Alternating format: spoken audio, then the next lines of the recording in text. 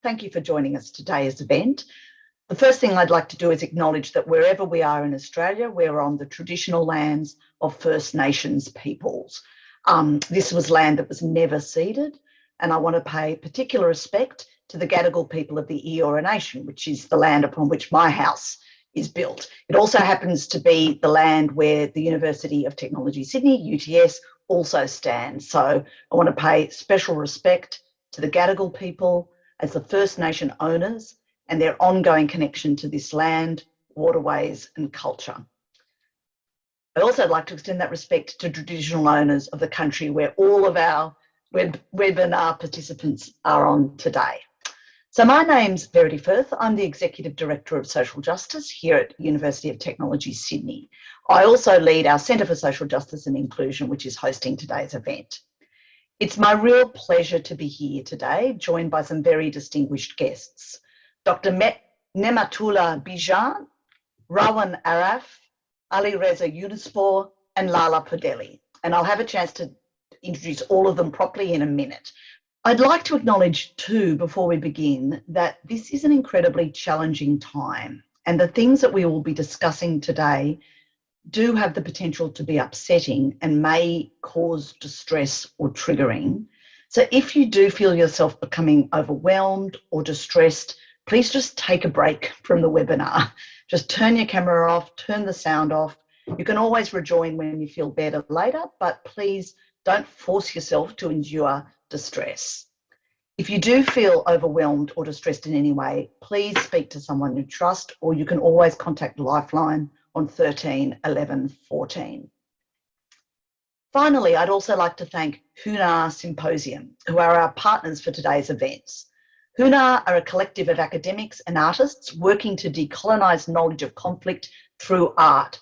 And I'd particularly like to thank Dr. Bilquis Ghani, who has been instrumental in bringing everyone together today. She also happens to work at the Centre for Social Justice and Inclusion. So big thank you to Bilquis.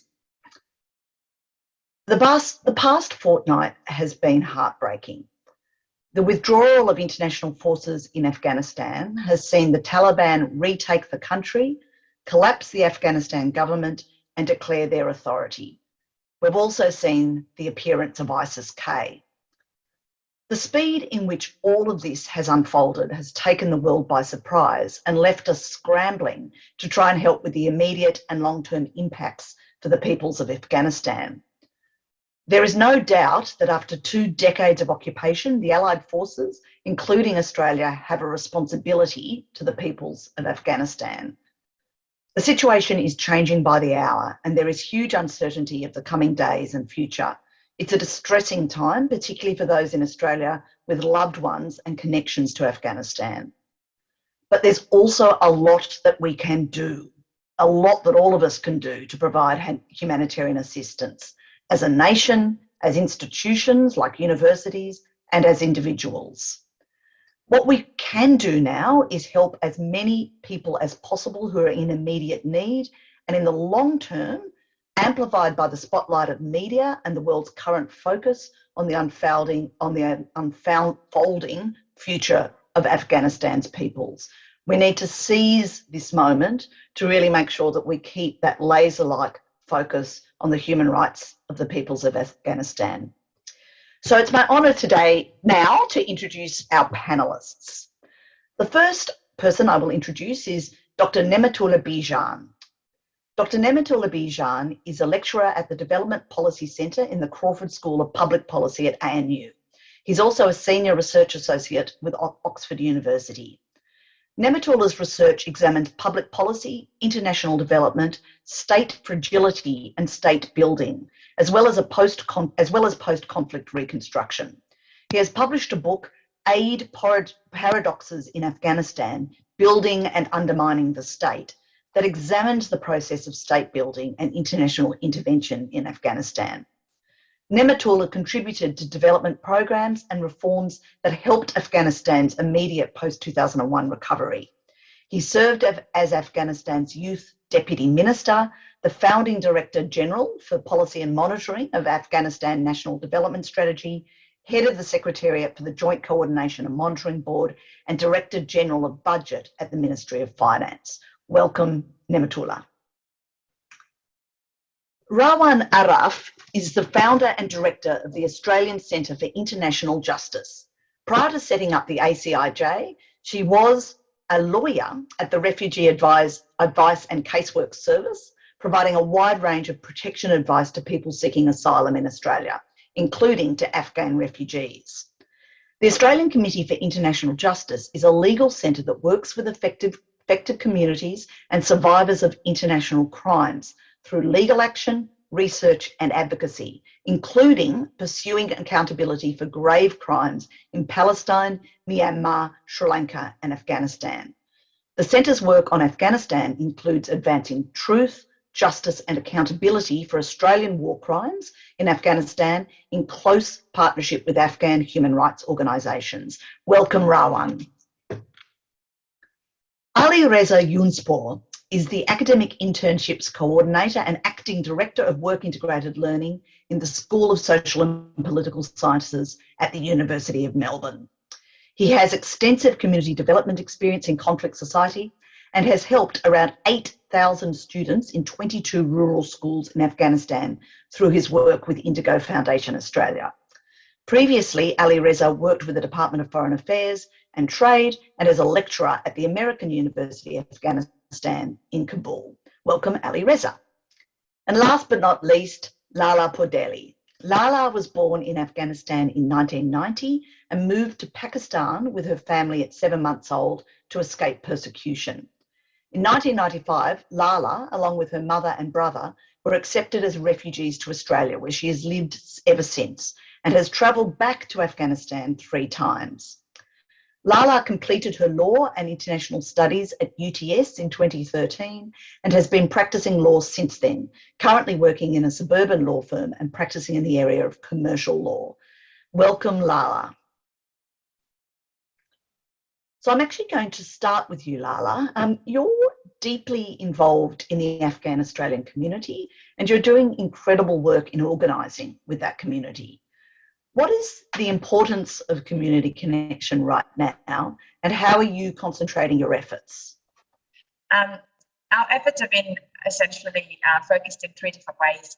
Firstly, we've been trying to raise awareness. We've been targeting social media or media platforms, radio, TV, and trying to get people in Australia, the general public, to understand what it is that we're doing, what our concerns regarding Afghanistan is. Ali Reza did mention earlier during our discussion that there was a petition, got over 100 or close to 150,000 organisations, individuals that have signed the petition, which outlines our key demands as Afghan Australians. Secondly, we've been getting in contact with local MPs, state MPs and federal MPs to try to get them to advocate and demand the change or demand the task that we want to see Australia take on board. So that's been very good. We've had a lot of responses, positive responses, and people willing to give their time, a lot of MPs, to sit down with us and have these discussions. So that's been very positive. And finally, is the question of raising funds, raising aid for Afghanistan. So we've had our local communities raise funds through different local organisations. We've been involved with UNHCR. I think they've raised about $4 million now. And I guess it's been nice to see the community come together through very different avenues and diverse experiences to target these kind of key areas that we're concerned about. Thanks, Lala. That's really nice to see that just huge community effort on the ground, particularly that enormous amount of fundraising that's been going on. That's really great. Ali Reza, so Lala's working in the community, but this week you were named as a member of the Australian government's newly formed advisory panel on Australia's resettlement of Afghan nationals. So can you talk to us a little bit about that and what the advisory panel will be working on?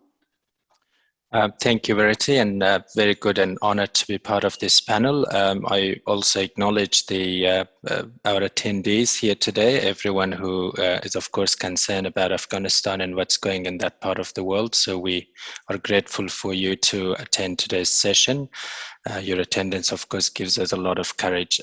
Yes, I have been part of the panel that the Department of Home Affairs have put to work with the government. In my view, it's a recognition of the enormous support that the Afghan community have seen in Australia in the past 2 weeks. So the government has put this panel to work with the government to really do three things. One is, of course, to work out on the plans that the government have in relation to humanitarian intakes that the government has announced. Of course, the government has announced an initial humanitarian intake of 3,000 visas specifically for the Afghans. Our hope is that that will increase. This is the word that we're hearing from the department. So the panel is working on that particular issue.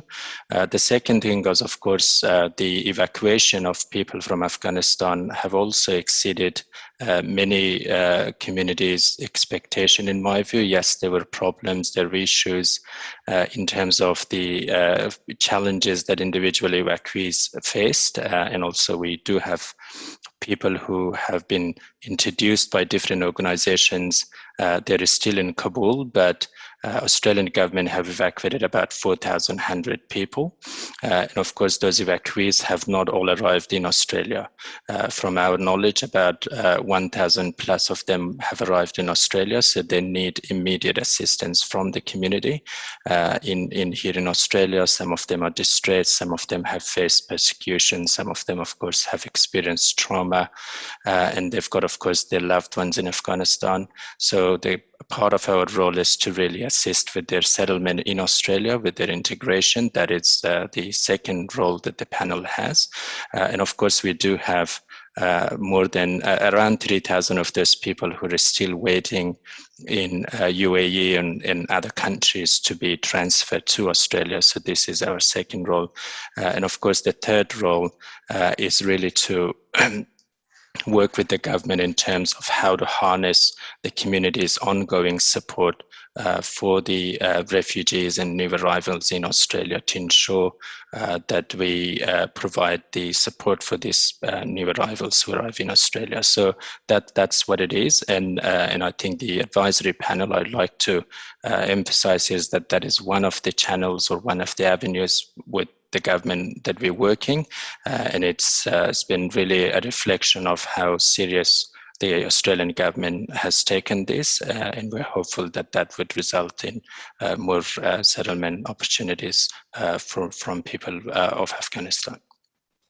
It's really good to hear, Ali Reza. I'm so pleased that there's some really serious work going on and potentially commitments to taking greater numbers. That would be wonderful. Nemat, I work in a university, you work in a university.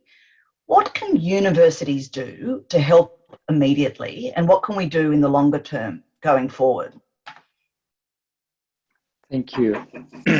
It's a pleasure to be part of the panel, and also I acknowledge the participants.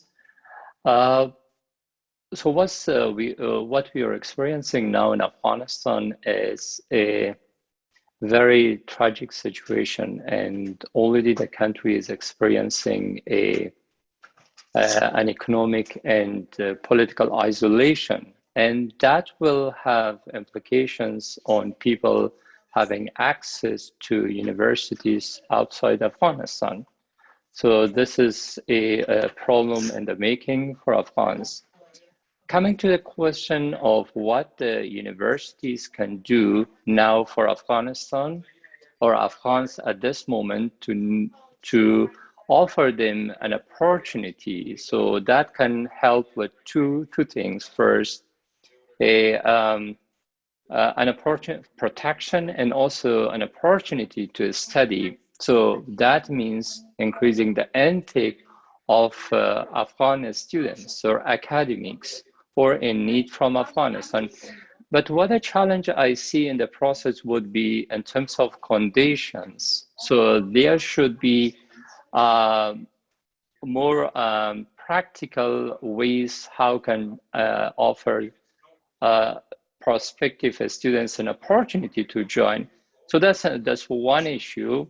And if we see the future, it's not clear, it's uncertain how will be the relationship of the international community with the new government in Afghanistan. If it's isolated, not recognized, there will be implications for Afghans living in Afghanistan. And for those people who are seeking to study abroad and they're eligible and they have dreams, there should be ways to accommodate them. That's one area. And the second one is those students who are already studying here at universities because they're experiencing a trauma. It's not easy for Afghan, Australians or Afghans living overseas. Sometimes when I'm talking to them, they're suffering more than people inside Afghanistan because they're observing the situation from outside. Some of them are saying, I experienced that. We can't sleep. We can't stop thinking about what happened in Afghanistan, and the future is not clear. Some kind of support is needed, such as counseling. And in addition to that, the question is about those Afghans who are on or in limbo, stuck in limbo, but yet don't have permanent protection or visas. And they're not eligible to have access to support from government to study. And that will be another option to let them study. And so to summarize, what I wanted to share here was there could be 3 pathways that we can help Afghans or students at this situation, or universities can play a role to increase their intakes and make the conditions easier for those Afghans who are especially living in Afghanistan. The second one is how to provide support to those who are already studying at the universities. And the third one is, what about those Afghans who are living in limbos? And if they would like to study, they are eligible, they should be given an opportunity to study. Saying that, it will be a challenging and difficult process, but there is widespread solidarity for Afghanistan as people at the moment. We need to show it in action.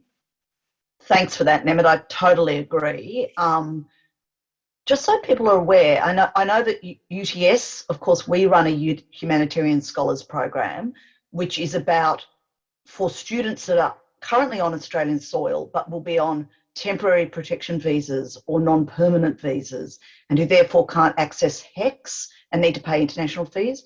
So UTS has a Humanitarian Scholars program, and I know other universities have similar arrangements. So if you are online and if you know Afghan nationals who are in Australia on temporary visas, there are opportunities at the universities to apply for those scholarships. I agree. There's also an organisation called Scholars at Risk, which is the universities coming together to provide opportunities as a sector. So please also check that out. So, Rawan, what role do you think international pressure will play on ensuring Afghan safety? Do you think, I think there's a lot of, in some ways this is a moment to really be able to capitalise on really strong community support for Afghan peoples. Do you think international pressure might influence Australia to change its tune, both on those in Australia on temporary protection visas, but also potentially, and as Ali has already raised, the boosting of visa intake? Thank you so much, Verity, for that acknowledgement of country. And I also want to acknowledge my privilege to be on this panel of Afghan Australians. As we know, they've been the absolute force behind the immense public pressure and public opinion that we've seen really shift the conversation and apply the pressure on governments. And I think it's hard not to feel despondent about the lack of international pressure, but I'm feeling encouraged by that public pressure and public opinion. And that's where I think we can force the public pressure, where people can join actions that are being demanded by the Afghan Australian community and the diasporas abroad in pushing their governments for action. Just in relation to that despondency, I'm thinking, for example, of last week, the Human Rights Council unfortunately really failed in its obligation to Afghan human rights and Afghan civilians, the people in Afghanistan, when it failed to secure what Afghan civil society and the Afghanistan Independent Human Rights Commission were demanding, which was a basic fact-finding mission to investigate the human rights violations that we are seeing. So that's kind of part of the absolute failure in the international pressure.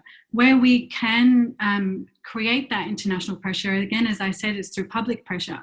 And in relation to the Afghans in Australia on temporary protection visas, one of the demands that's being put forward by the community, including being supported by a huge number of civil society organisations, is to grant permanent protection for approximately for those 5,100 Afghans in Australia that are currently on temporary protection. Surely we can't expect them to remain with this so much uncertainty, particularly now at the time that they're grieving with family abroad. There's so much uncertainty that they've lived in the last 10 or so years. And I think that's incumbent now on the government to really do that as one of the first things that they do in actions going forward. And I just wanted to acknowledge also that those predominantly of those 5,100 Afghan refugees, they come from the Hazara community. And we're seeing increasing risk of crimes against the Hazara, particularly in Afghanistan. But also Hazara activists and legal experts have really warned about a potential genocide as well. So I think the public really needs to maintain the pressure, and that's how we force international community to step up. That really does seem like a no-brainer, converting those temporary protection visas to proper visas, because there's no way you could argue that those people, it's only temporary protection and they could return now. It's, I think, something we all should be lobbying for.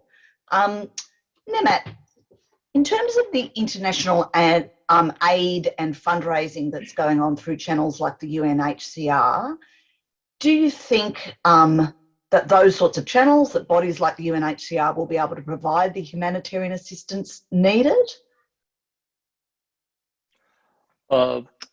Indeed. What we have had in Afghanistan, a high level of dependency on foreign aid. About 50% of the government budget in the past was funded through aid from US and other countries, including Australia.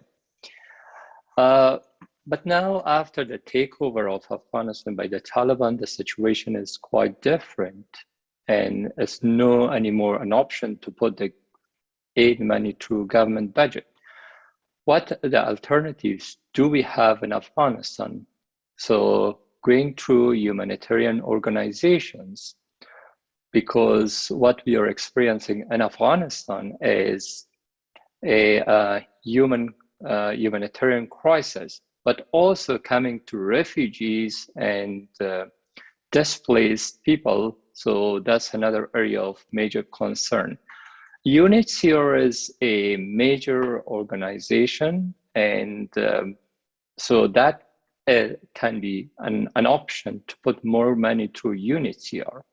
So concerning the humanitarian refugees coming from Afghanistan, to provide them with support and protection, and also to facilitate their cases to be processed as soon as possible, because the process is quite bureaucratic. It takes ages, and especially the current situation in Afghanistan is totally different. If you go through this highly bureaucratized system, it will take a long time.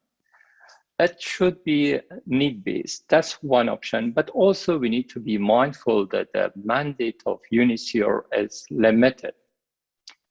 There should be other ways, more flexible ways to attend the needs of Afghan refugees here, or if we think back about Afghanistan, of displaced people or those at great risk.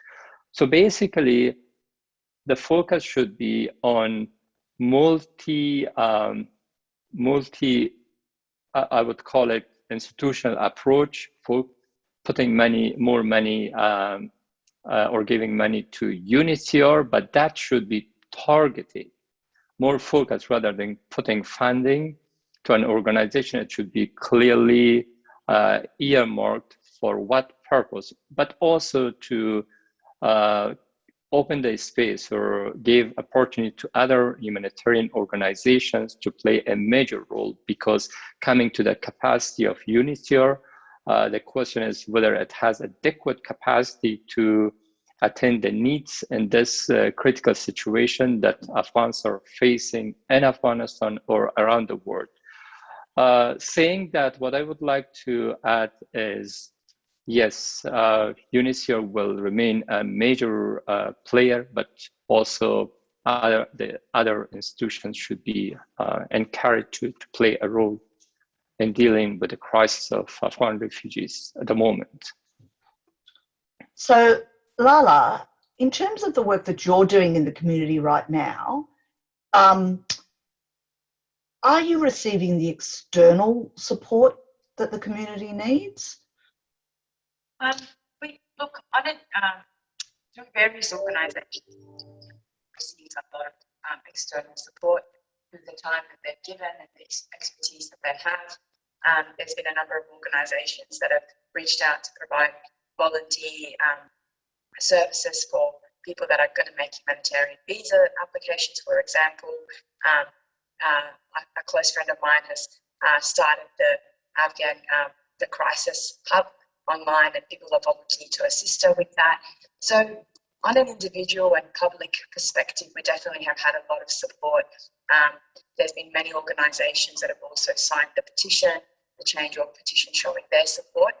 However, our key aim is to get change that comes about through government policies, and it's at that level that we really have not received any support. I think a number of our demands have already been discussed, but especially the humanitarian intake increase, similar to what Canada's offered and Australia's done so for Syria in the past. We feel like that's fallen on deaf ears. Not being rude or anything, I'd say that the Australian government has really just failed in that respect. There hasn't been any assistance there, and overall there needs to be a greater,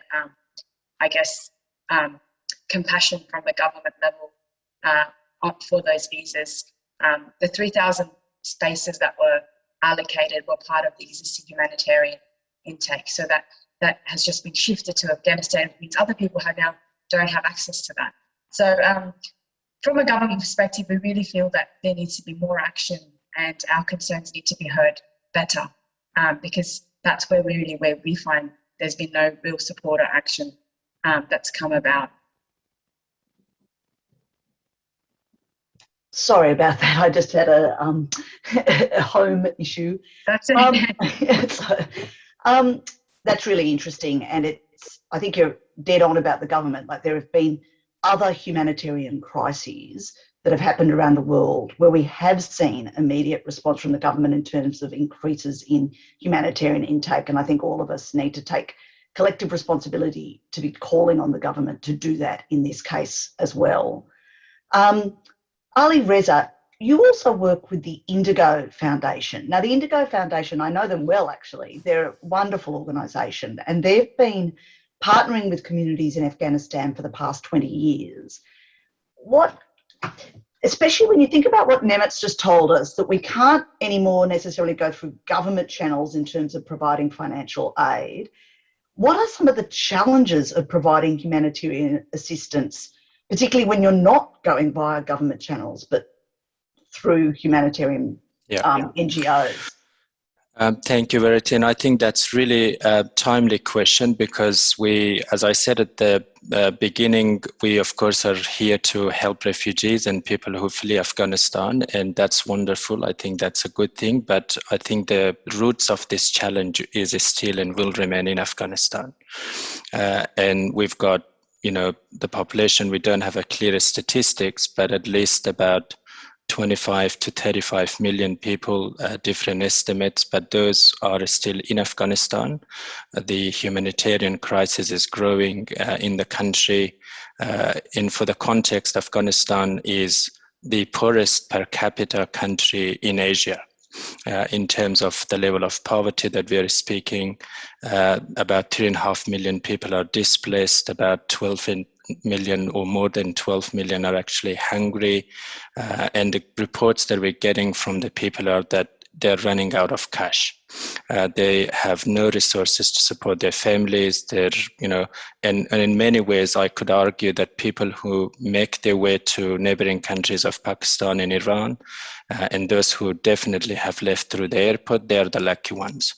And I think the ones who are suffering are still in Afghanistan. And this is why I think it is an important time for the world, and of course for the international community, and of course everyone here, to consider what could be done for the people of Afghanistan inside Afghanistan. The challenges we are facing now is not so much a philosophical question of whether aid should go to Afghanistan or not. I think there are clear messages we're getting from around the world that yes, the people of Afghanistan should be supported. We are facing political and technical challenges. The first political challenge is that we don't have a recognized government inside Afghanistan that has the control of geography and effectively have come into power by a military force. And of course, outside Afghanistan in the embassies, we still have many countries who consider the representative of the so-called previous government is still as representative of Afghanistan. So the question would be, even if we go through the UN channels, how do you ensure that this representative who will speak on behalf of the previous government or the people of Afghanistan, how would that reconcile on the ground with a force that don't recognize all of them? And so this is a political challenge. It needs an urgent attention because with the Taliban, it's not just about forming an inclusive government. They're still on the UN sanction list. They're on the UN sanction list as an organization, but we also have the Taliban on the UN sanction list as individual members of the Taliban. So this is a challenge now for humanitarian organizations to even be able to send any money to Afghanistan. I mean, a practical challenge is that Australia bans sending money or allowing it as an organization to send money to Afghanistan, to an organization, to anyone in Afghanistan, if that directly or indirectly benefit any one of the Taliban members, it is basically considered as a crime for that organization. So in this context, yes, these things have happened. I mean, for the context of Afghanistan, it's not a new thing. I mean, women's issue is not a new thing. Humanitarian crisis has been going all the time there. But the political and these technical problems that we face is an enormous barrier for any humanitarian assistance to get to Afghanistan. It is not just for larger organizations in the sector that, of course, deliver official aids from Australian government and other governments in the world. It is also a barrier like an organizations like Indigo, which is an ACFID registered organizations, and we have to comply with counterterrorism laws and regulation that Australia has in place to ensure that whoever we support in Afghanistan is those who really deserve our aid. The other challenge we've got with the Taliban is that it is not a unitary group, even if they're considered, or some of it will be out of the sanction list, is they still have very strong links with Al-Qaeda. The UN report in June, for example, confirmed that 15 of 34 provinces of Afghanistan had presence of Al-Qaeda members. Al-Qaeda have also provided logistic and financial support to the Taliban and continue to do that. So it is very important that unless that tie is really break up, it is very hard for the world to even recognize the Taliban. So the options here are, on the one hand, we're facing a deepening humanitarian crisis on the ground, and on the other hand, a political problem that is a barrier to do anything for the people of Afghanistan. So I hope that an urgent action could be taken at the political level, and most importantly, by the major powers at the UN Security Council. That's really interesting. The top question in our questions from our audience is from Shira Saban, and she's asking exactly that question about how to get money into Afghanistan to actually help the people on the ground. So what you're saying, it's actually very difficult for organisations at the moment because the Taliban are on the UN sanctioned list. But what about individuals to individuals or family members to family? Are you able to do that? People are able to send some money, very limited amount, and it's partly because I've been talking with traders in the ground, I've been talking with financial agencies, and the problem is that the banks are closed, and the limited money that they had in Afghanistan, that has been either, at the hands of someone whose shop is now closed. And so we've got family members and relatives who have sent money about 2 weeks ago, but their family members have not received that yet in Afghanistan. And the other issue is that the currency in Afghanistan is collapsing very rapidly. And it's partly because the US has blocked the Afghan reserve, IMF has blocked Afghanistan's emergency fund, and World Bank has stopped its support and aid for Afghanistan. So the currency is, losing its value very rapidly. And in fact, for the people on the ground means that the inflation is skyrocketing. So it is a huge challenge on the ground, and unfortunately, major technical but financial and political problems for us to support even our family members in Afghanistan. Yeah, that's incredibly difficult. We might return to that when we go back to the questions. But Rawan, what do we need to do to ensure that the international forces are held accountable for their intervention and time spent in the country, including crimes perpetrated against Afghan people? Because this is a really classic case, really, isn't it, of the role of international forces over the last 20 years and what's happened in Afghanistan. Yeah, I think it's a really important question. Obviously, the priority now needs to be humanitarian assistance and actions to protect safety for Afghans at risk. But I think it's important to make a point about the need for accountability and to support the accountability process. We can do that by supporting truth-telling. That includes supporting public interest journalism, the courageous whistleblowers from within the Special Forces in Australia that came out and are speaking up. And of course, the work that we are doing with Afghan human rights organisations and victims. I've just finished reading the remarkable new book by Mark Willesee, Rogue Forces, which includes voices and accounts from Afghan victims and family members who years after the incidents happened to them that took and claimed the lives of their family members are still seeking accountability and justice. And so I think it's important to note here that it includes the voices of brave individuals from within Special Forces, as I said, that came out and have testified and want to testify. And we should support this process. And of course, crimes by all actors, including, of course, the Taliban. And we know that the International Criminal Court has an investigation at the moment that is open in Afghanistan. But as I said now, of course, everybody now is working towards the priority of the humanitarian crisis. But it's important to, I think, acknowledge what you said, Verity, about transitional justice. I mean, Afghan victims, Afghan human rights defenders have been saying for years that the lack of accountability and a culture of impunity has really defined the conflict in Afghanistan and has led to the consequences that we're seeing today, instability for years on end. One of the organizations that we work with, the Afghanistan Human Rights and Democracy Organizations, the executive director, Hadi Marifat, I think said it really well last year when he was before the Australian media following the release of the Brereton report. He said accountability and investigations should have a transformative impact on all actors in the conflict, and the lack of and the culture of impunity has really prevented that, and again, as I said, has seen us where we are today. I just want to quote really quickly from a joint letter that we did to the Brereton joint civil society letter that we wrote to the Brereton inquiry last year, a quote from the Afghanistan Transitional Justice Coordination Group, which includes a huge number of Afghan human rights coalitions and human rights defenders. They said the Afghan people have remained trapped in an unbroken cycle of a 40-year-long conflict, which is profoundly rooted in a culture of impunity, with many actors operating in total disregard of local and international law and norms in the firm belief that nobody will ever hold them accountable. And that's why I still think we should maintain our utmost support for accountability, for truth-telling and for justice. Yeah, the culture of the last 20, 30, 40 years has been unaccountability of all actors in the space. It's a really good point to make.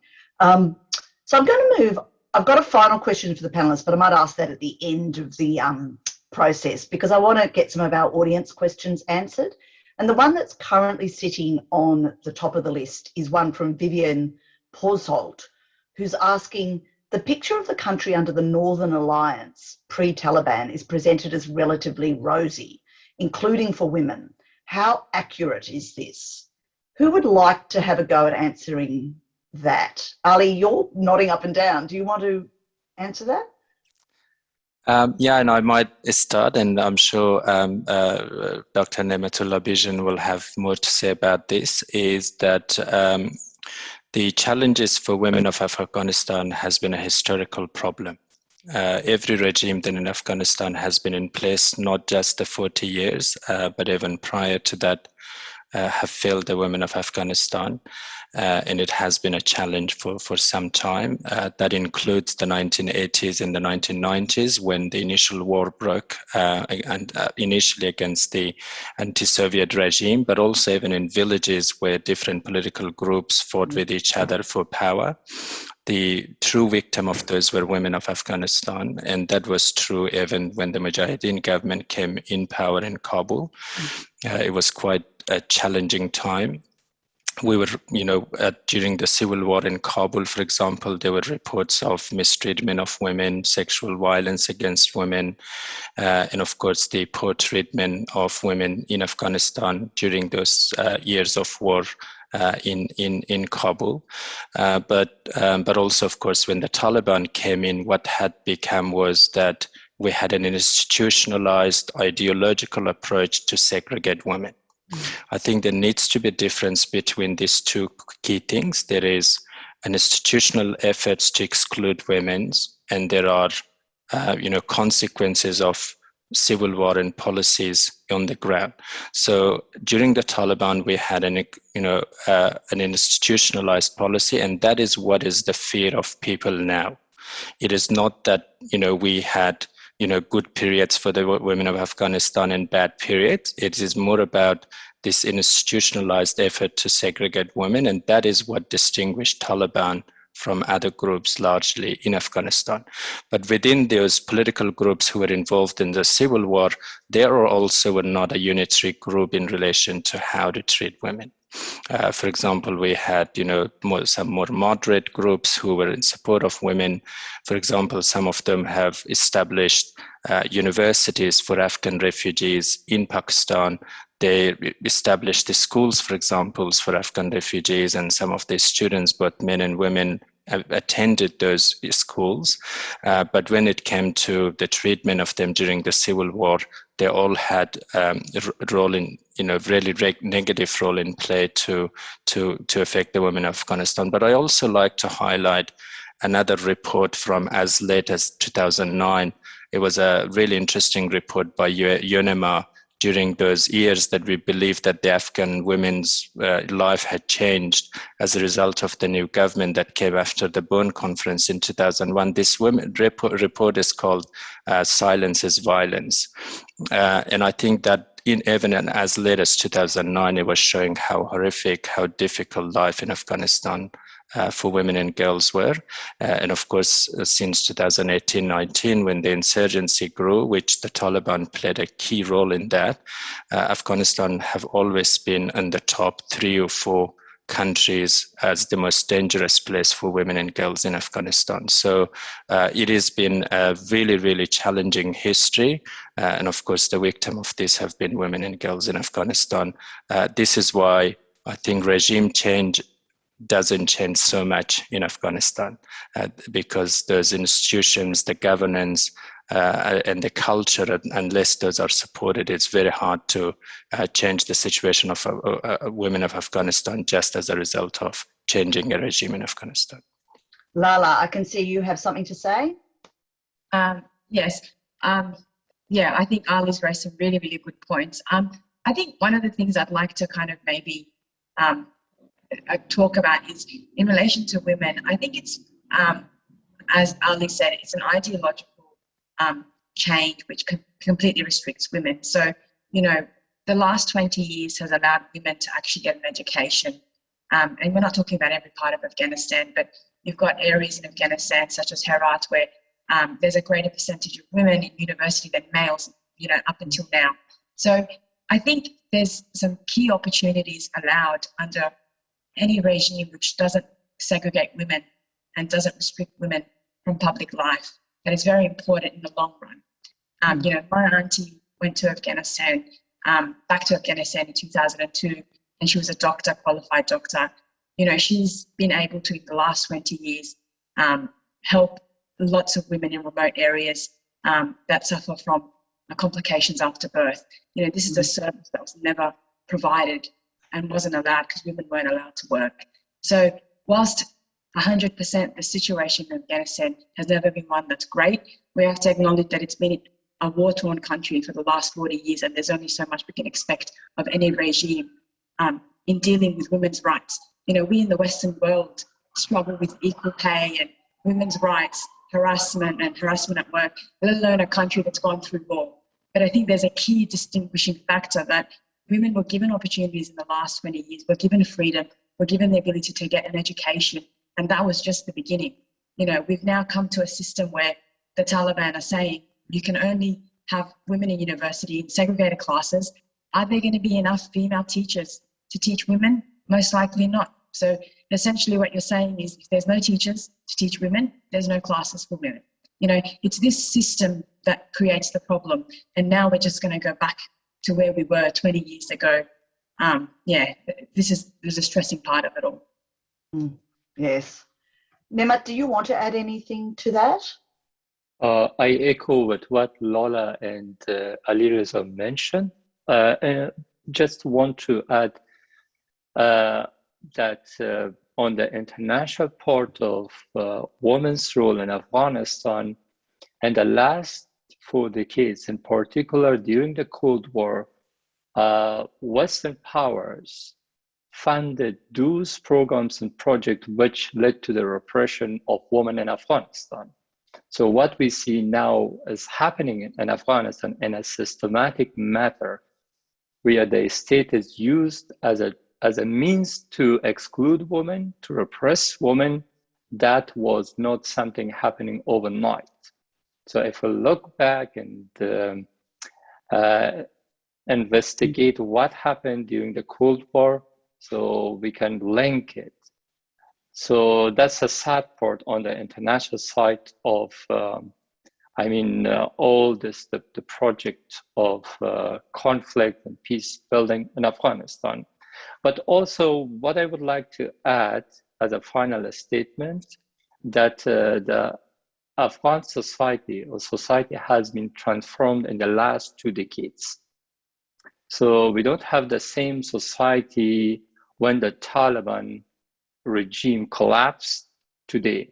So the society will be making a demand, and there will be a conflict between the Taliban and society, and the Taliban needs to recognize a transformed society and listen to them.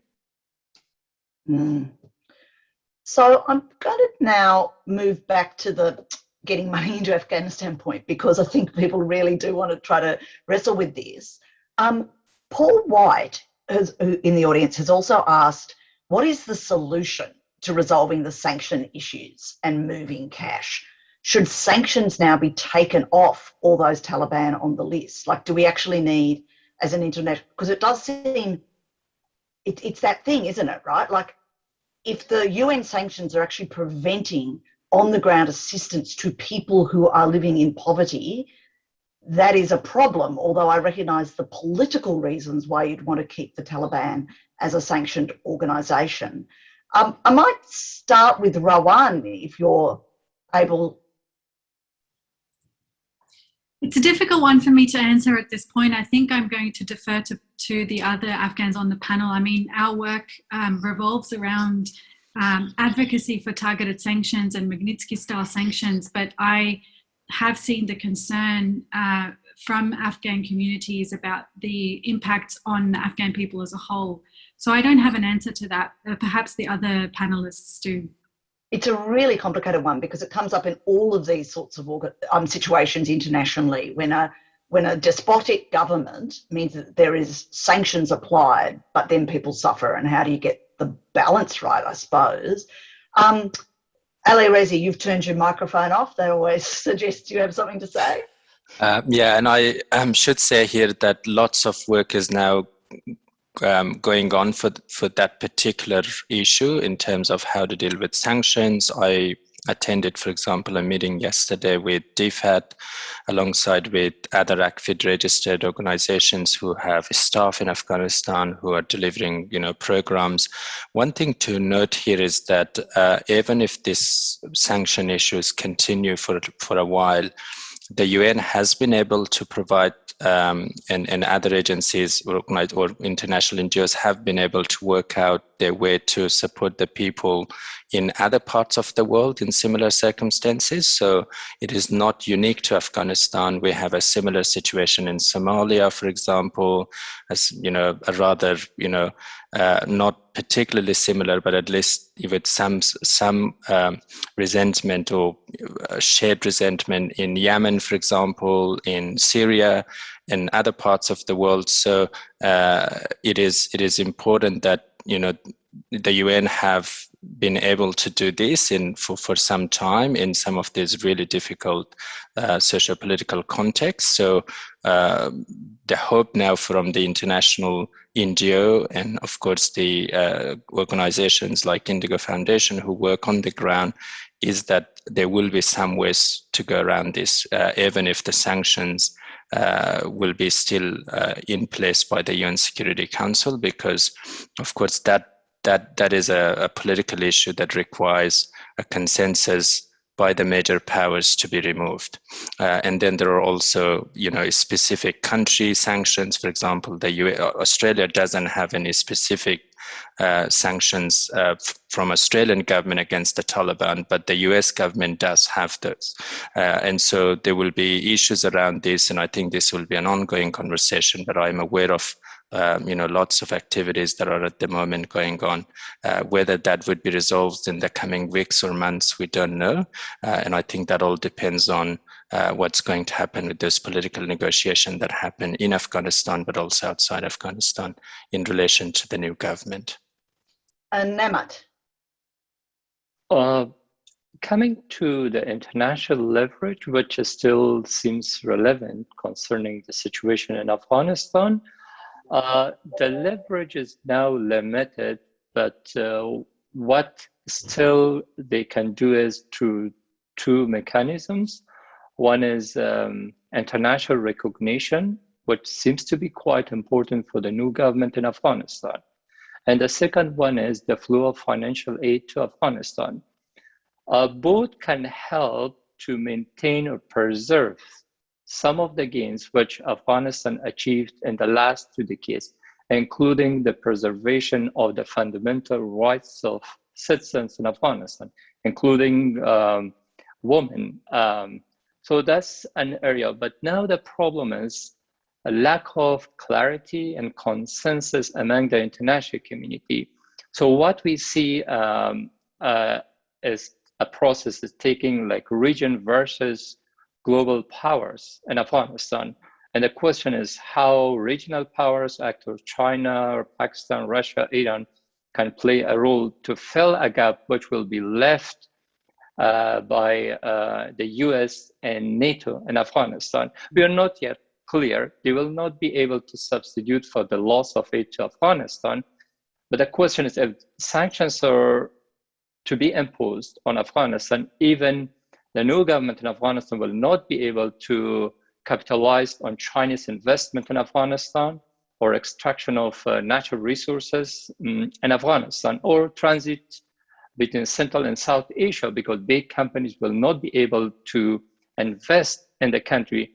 And the result will be suffering of people from poverty, hunger, and also with political isolation, people will be locked in Afghanistan, as is happening now. So people cannot travel to neighboring countries, and that's why we witnessed the tragedy of Kabul airport, because that was the only hope for people to get access to outside Afghanistan or to go outside Afghanistan. Yes, all right. Now, I'm mindful of the time. We have 3 minutes before we need to unfortunately end this webinar. It's been a really great discussion. I want to thank all our panellists. So I might conclude by asking a question of each of you.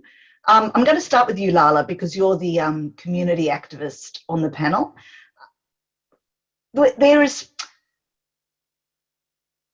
such momentum at the moment within the Australian community, right? There's actually a real awareness of the issues in Afghanistan, and people really do want to help. How do we avoid, particularly around COVID and everything, a sense of political fatigue on Afghanistan in the near future? And how do we work together to maintain Australia's energy and awareness in an ongoing way so that we harness this momentum? Yeah, that's definitely been a talking point even amongst us as a community, because our concern is that, I guess, with Australia leaving, essentially all forces leaving by the 31st of August, this news is going to kind of be old news now. And, the Taliban have officially now taken over, and, is it going to be relevant? So we have definitely tried to keep some presence in the media and reporting. But I guess, essentially, put simply, we've got a government in power that it's already breached so many of the key promises they've made. During peace negotiations or discussions with the US, they said they wouldn't allow the Haqqani network to come into or to grow within Afghanistan, but Haqqani network has now taken over Kabul and its security. There's clear breaches that have occurred, and it's kind of like no one's listening. So I think for us, we just need to make those breaches, and every time when things do happen, make the public aware. We need to have the campaign continue. And for Australians who aren't from an Afghan background, we've sent soldiers to Afghanistan. We've had a direct connection there, and they've been able to see over the last 20 years, there's been so much that's happened back and forth. The Brereton report got released. So I think that there is a connection, and we just need to stay connected, potentially through continued communication between our communities and the general public, and just raising awareness through the media. But it's a hard question to answer because, we really don't know. Thanks for that. Now, we're right on 12:30, so if I could just ask our other panellists to be brief. Rawan, you've turned your mic on. How do we maintain momentum? Maintain momentum. I think, we have to work with the Afghan diaspora and communities that will be coming from Afghanistan, particularly from my perspective as somebody working in human rights. I think my colleague in the chat was talking about the significant work that was underway in the last several years in Afghanistan to address the legacy, to document crimes, to preserve the memory of victims of crimes. So I think working with Afghan human rights defenders and groups in the communities that end up settling here, we should continue this work. It's really important work. It's part of transitional justice and accountability and truth-telling, and I think the Afghan people are working for it, and they deserve as much. Thanks, Rawan. Nemat? We need to keep the dialogue going on. We need to keep the public informed, and we need to bring more people from the ground to talk and inform us. And more importantly, try to fill the gap with a solidarity we have at the community level and also the government policies. And last but not least, Ali Reza. Yeah, I suggest that I think it's important that we engage with Afghanistan. I think it's really important, and engage with the people of Afghanistan. I think it's really important on the ground, and I think that will keep the momentum here. And of course, here we've got, as Rawan had mentioned earlier, we've got a large refugee from Afghanistan, some on TPVs, some on SHAVE, and a large number of them even without a visa or on bridging visas. My hope is that each and every one of us could write to our MPs, to our ministers, ask them to please help them and help their families. This is the least Australia could do for someone who have actually lived nearly 10 years here. So those are the things that came in my mind to keep the momentum, because they are in our community. Thank you. That's a perfect way to end the webinar. Thank you all to all of our panellists. That was a really difficult but important discussion, and you were all great. I noticed also in the Q&A panel there's a lot of links there for people who are interested in assistance. There's links to scholarship programs, there's links to different organisations that are coordinating assistance. So please feel free to use this opportunity to reach out to others, and particularly if you want to help. And last but not least, please stay safe, everyone. Maintain momentum. I think that's a really good point.